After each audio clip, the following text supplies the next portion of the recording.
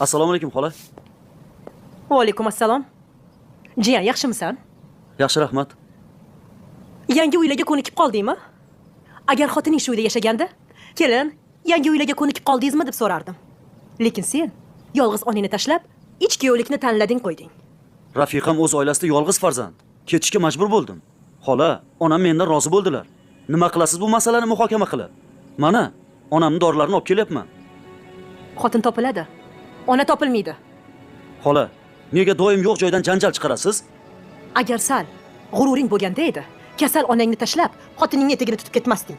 Xola, Senga gapirgandan ko'ra, devor yoki toshga gapirgan yaxshi. Bozorlikni ber bu yoqqa. Dorini onangga olib kir. Yaxshi xartugur bozor qilib kelsin.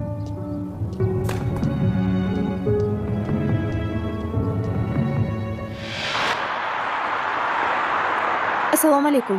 va alaykum assalom. Zarina yaxshi keldingmi? Bo'ladi. Xo'sh, oying bilan gaplashdingmi? Ha, Nima dedilar?